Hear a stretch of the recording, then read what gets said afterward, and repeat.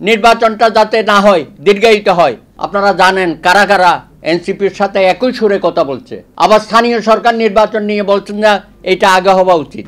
কথার মারপ্যাচ না।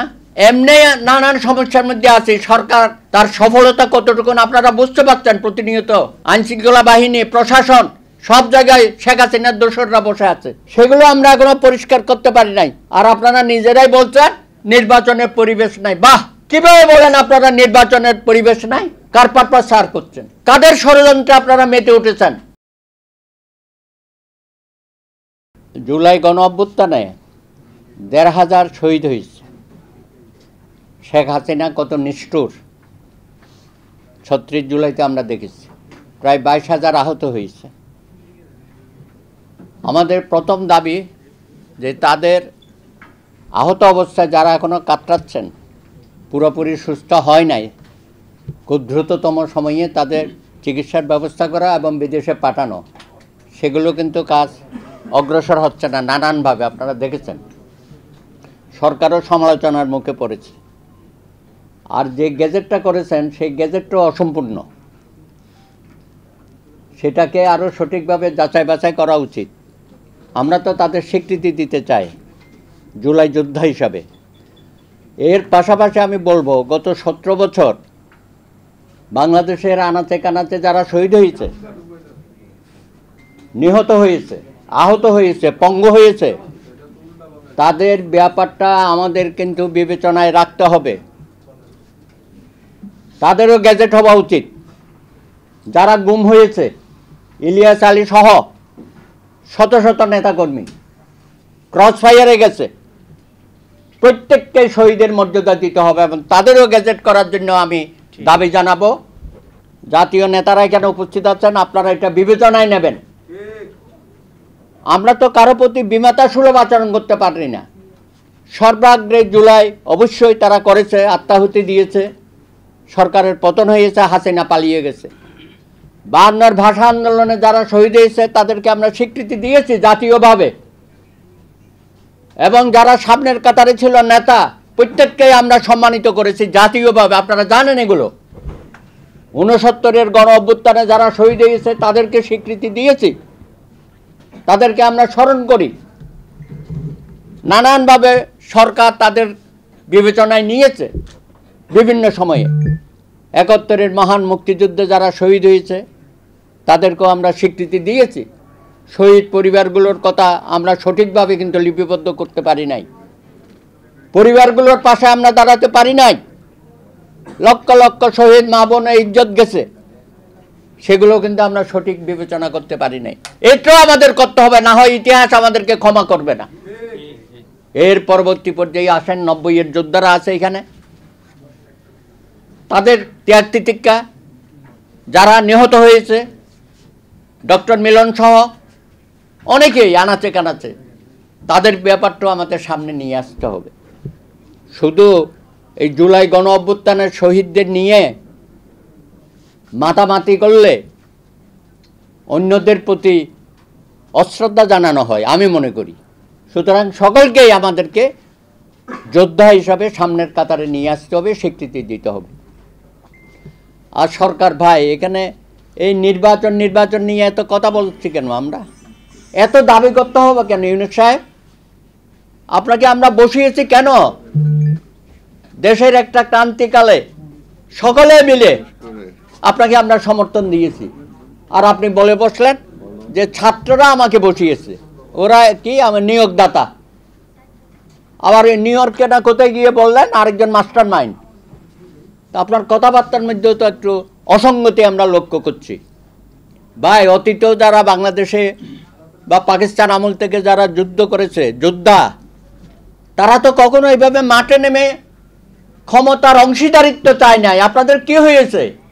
সব জায়গায় বক্তৃতা করে বেড়াচ্ছেন, আবার বলেন আগামী দিনে ক্ষমতা যাওয়ার নাকি আপনাদের খুব নিশ্চিত হয়ে গেছে। ন্যাশনাল চিলড্রেন পার্টি, আমি একসময় খেলাঘর করতাম শিশু কিশোরদের নিয়ে। তা আপনাদের কথাবার্তায় তো মনে হচ্ছে যে আমরা কি শিশু কিশোরদের হাতে বাংলাদেশটা ছেড়ে দেব?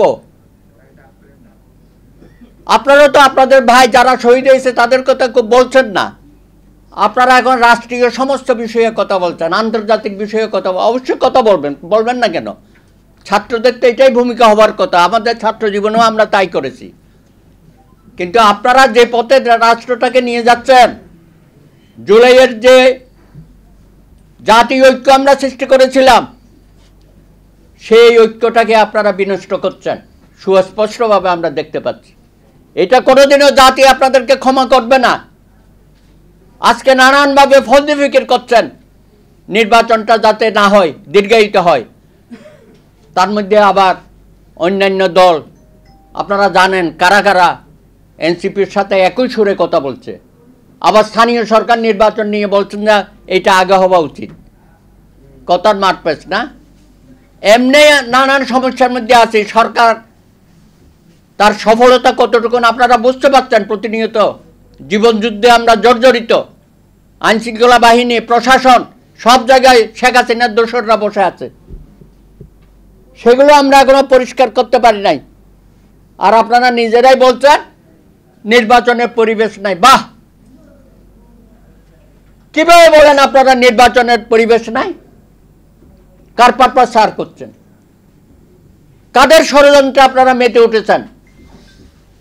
আপনারা তো আরেকটা বাংলাদেশকে গৃহযুদ্ধের দিকে ঠেলে দিচ্ছেন।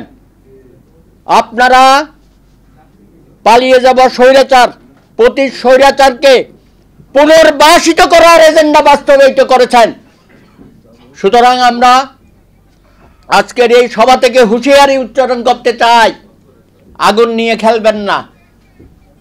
আমরা একটা শান্তি সমৃদ্ধশালী বাংলাদেশ প্রতিষ্ঠা করতে চাই, সুষ্ঠু নির্বাচনের মধ্য দিয়ে ক্ষমতা হস্তান্তর চাই। এই সরকারের প্রধানত দায়িত্ব হচ্ছে একটা সুন্দর সুষ্ঠু নির্বাচন দেওয়া, এবং যেটা লন্ডন বৈঠকের মধ্য দিয়ে সারা বাংলাদেশে একটা প্রশান্তির ঢেউ বয়ে গেছে। সবাই এখন নির্বাচনমুখী হয়ে গেছে। এই সরকারকে ব্যর্থ করার জন্য আপনারা কয়েকটি দল, এই শিশু দল সহ আপনারা উঠে পড়ে লেগেছেন। আমরা তো ঐক্যমতে পৌঁছেছি, বিভিন্ন বিষয়ে আমাদের ঐক্যমত হয়েছে। সংস্কারের বিষয়ে বিএনপি সহ আমরা ৩১ দফা ৩ বছর আগে দিয়েছি। এখন এসে আমাদেরকে সংস্কার শেখান। এই সংস্কারের নামে আপনারা বাংলাদেশে কুসংস্কার করার চেষ্টা করছেন, সেটা প্রতিহত করা হবে। তাই আসুন আজকে সকলে মিলে এই সরকারকে বলি, জনাব তারেক রহমানের সাথে বৈঠকের মধ্য দিয়ে সারা দেশে যে বার্তা দিয়েছেন, সেই বার্তা অবশ্যই বাংলাদেশে কার্যকর করতে হবে। না হলে আপনাদেরকেও ফখরুদ্দিন মঈনুদ্দিনের মতো পালিয়ে যেতে হবে। আমি আশা করব জনাব ইউনূস সাহেব সেই পর্যায়ে আমাদেরকে নেবেন না। অনেক অনেক ধন্যবাদ।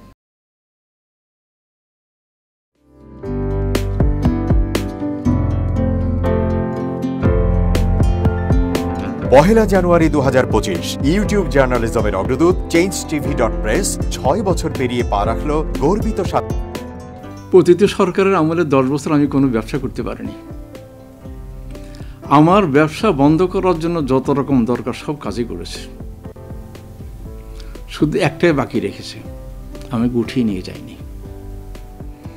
নয়া দিগন্তর মাধ্যমে যাদেরকে আমরা চেষ্টা করেছি সার্ভিস দেওয়ার জন্য, এরা আমাদের অনেকেই খোঁজখবর রেখেছে।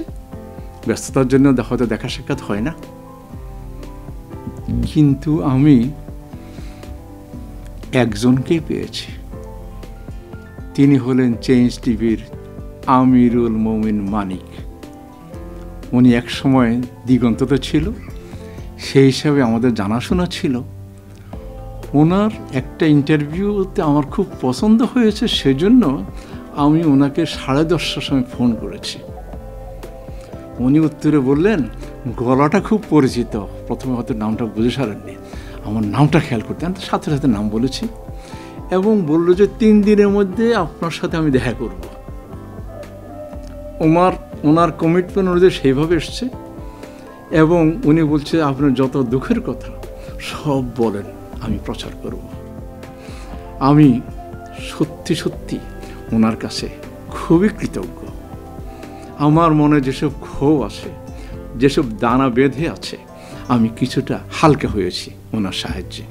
আমি চেঞ্জ টিভির উত্তরোত্তর সমৃদ্ধি কামনা করি এবং ভবিষ্যতে যেন আমার মতো একজন নাম না জানা লোককে চেঞ্জ টিভির সামনে এনে তাকে যেন উদ্বুদ্ধ করে। changeTV.press, এক ফোঁটা হলুদ নেই।